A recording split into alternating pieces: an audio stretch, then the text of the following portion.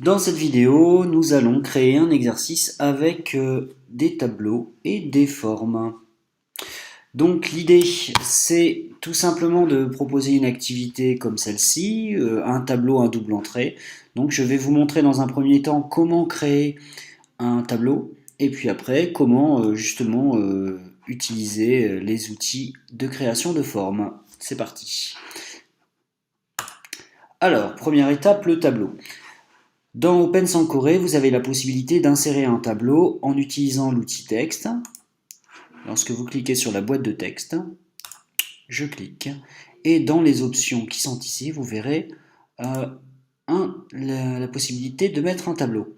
Donc là, on peut insérer un tableau, on a des options par rapport aux colonnes et aux lignes. Alors, je vais cliquer sur insérer un tableau. Là, on me demande le nombre de colonnes et de lignes, donc là, je vais en mettre 4 sur 4. Et voilà ce que j'obtiens. Donc en fait, j'obtiens un tableau avec des cellules que je vais pouvoir tirer, je vais pouvoir jouer sur la largeur. Par contre, au niveau de la hauteur, vous voyez que ça ne fonctionne pas. Et si vous tirez sur les bords, on ne peut pas. Donc le seul moyen de jouer, pour pouvoir augmenter la hauteur, c'est d'utiliser par exemple la barre espace.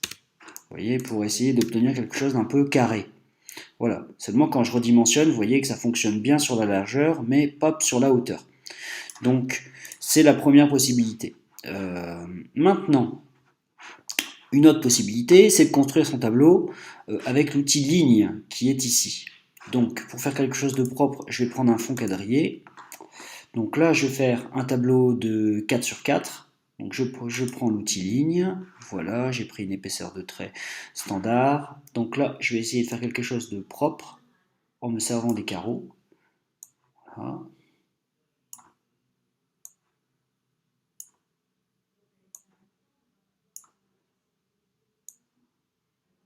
Donc c'est à vue d'œil, hein. C'est pas parfait, mais... Oups, voilà, je vais aller trop vite.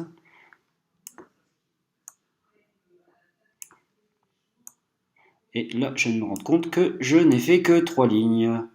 Bien joué Maxime, c'est pas grave. On va jouer sur les formes en tirant. Hop, zut, c'est pas ce que je voulais faire. Donc vous voyez, c'est un petit peu fastidieux. Par contre,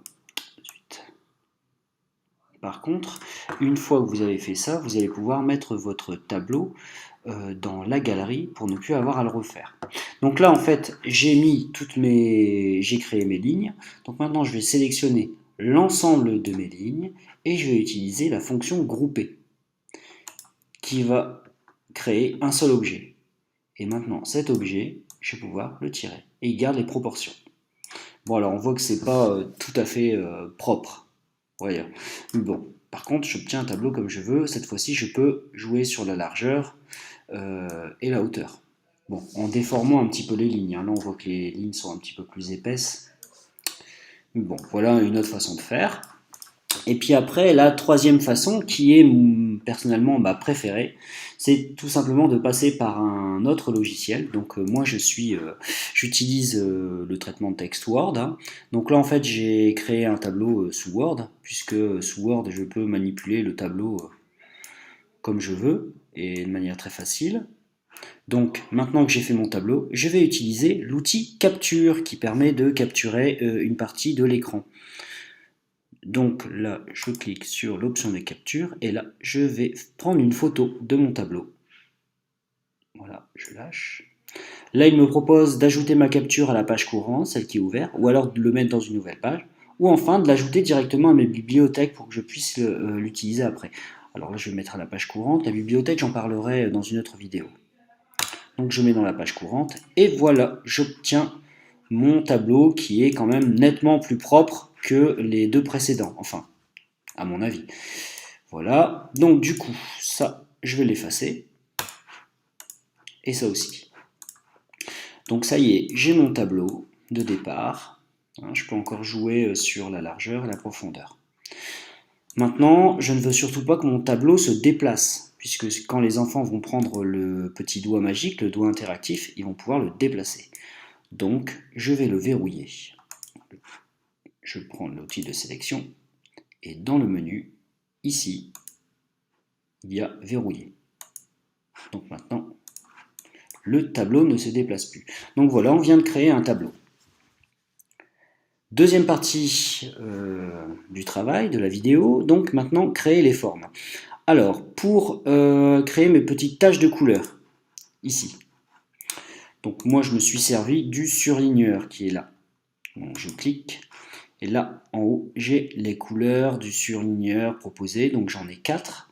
Alors si jamais elles ne me conviennent pas et que je veux les changer, il faut aller dans les préférences du logiciel, ici, préférences, et au niveau de l'onglet surligneur, je vais pouvoir changer les couleurs en cliquant dessus. Voilà, on me propose plein de couleurs différentes, etc. Alors, donc je vais faire une tache jaune, voilà, une tache rouge,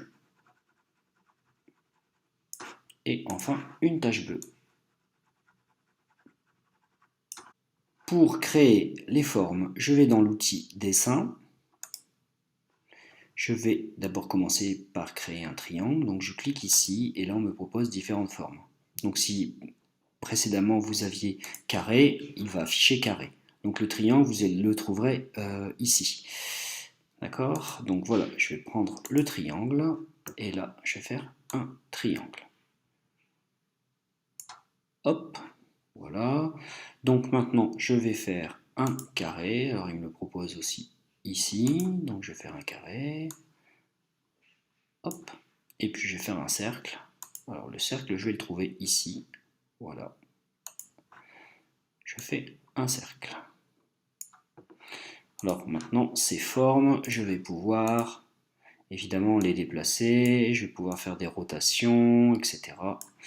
Je vais pouvoir les redimensionner en cliquant une deuxième fois. Hop. Voilà, il suffit de cliquer 2 fois.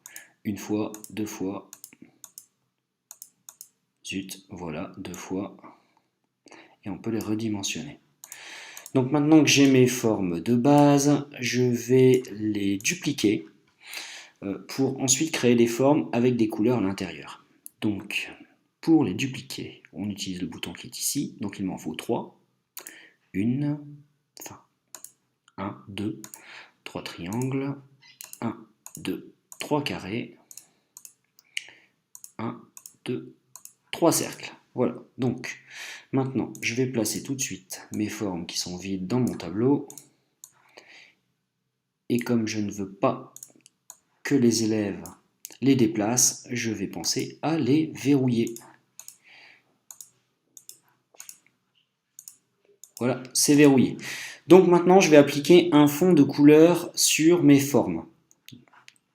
Alors pour faire ça, je prends l'outil dessin. Donc d'abord, je vais choisir la couleur. Donc je clique ici, où je vais pouvoir choisir le remplissage. Donc je vais choisir ici. Donc là, on me propose un remplissage plein, un remplissage de points, de diagonales, de dégradés. Donc moi, je reste toujours sur un remplissage plein. Donc là, actuellement, c'est transparent. Donc je clique ici pour choisir une couleur de remplissage. Et donc je vais prendre du jaune. Maintenant, pour appliquer cette couleur, je vais prendre le pot de peinture qui est là. Et je vais cliquer sur un triangle, un carré et un cercle. Donc je recommence la même manipulation en choisissant une couleur rouge. Et je vais cliquer sur mon deuxième triangle, mon carré, mon cercle. Et enfin, en bleu. Allez, on va prendre celui-là. Hop, bleu, bleu, bleu. Bah voilà, ça y est. Bon, il ne manque plus que ma consigne, mais mon activité est prête. Donc maintenant, je vais pouvoir placer les formes directement dans le tableau. Voilà. Une dernière petite chose au niveau des formes, si jamais vous créez de nouvelles formes, il va garder en mémoire le dernier remplissage. Vous voyez là, il m'a mis directement une couleur bleue. Donc après, je peux toujours changer de couleur en reprenant le pot de peinture, en changeant de couleur, ou alors je peux lui dire je veux un fond transparent. Je prends le pot de peinture, je clique et il m'enlève la couleur. Donc même après avoir créé une forme, vous pouvez toujours appliquer d'autres couleurs ou les enlever. Voilà, c'est tout pour cette vidéo.